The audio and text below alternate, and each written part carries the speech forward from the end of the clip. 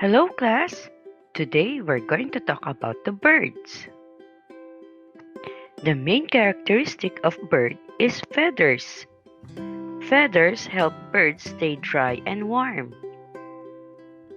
Another characteristic of birds is wings. Wings help them fly.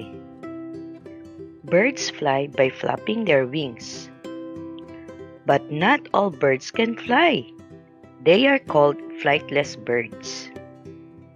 Examples of flightless birds are penguins, kiwis, and ostriches. Penguins spend most of their time in the water. On the other hand, ostriches are very fast runners. Birds use their beak or bill to get and eat their food.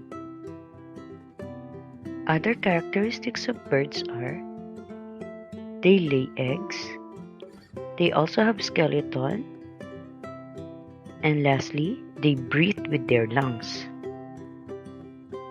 Did you know that hummingbirds are some of the smallest birds, while ostriches are some of the biggest birds? And a pelican's bill can hold 3 gallons of water. That's all for today. Bye everyone!